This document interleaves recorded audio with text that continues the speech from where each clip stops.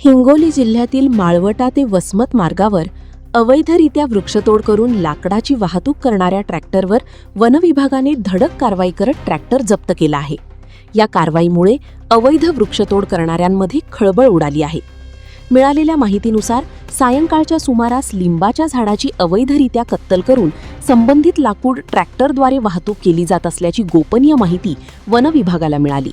माहिती मिळताच विभागीय वनाधिकारी डॉक्टर राजेंद्र नाळे यांच्या मार्गदर्शनाखाली वनपरिक्षेत्र अधिकारी रंगराव पाटील यांच्या पथकाने तात्काळ वसमतकडे हा ट्रॅक्टर येत असताना जिंतूर ते पॉइंटवर घटनास्थळी धाव घेत कारवाई केली।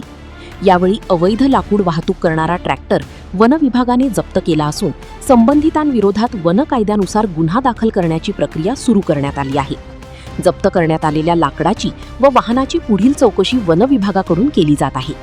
वन विभागाच्या या कारवाईमुळे परिसरात अवैध वृक्षतोड करणाऱ्यांना चांगलाच इशारा मिळाला असून पर्यावरण संवर्धनासाठी अशा कारवाया पुढेही सुरू राहणार असल्याचे विभागीय वनाधिकारी डॉक्टर राजेंद्र नाळे यांनी प्रवाह न्यूजशी बोलताना सांगितले आहे।